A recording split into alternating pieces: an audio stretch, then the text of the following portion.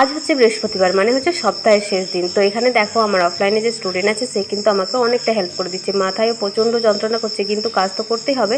তো দেখো সমস্ত কাজ আমার হয়ে গেছে।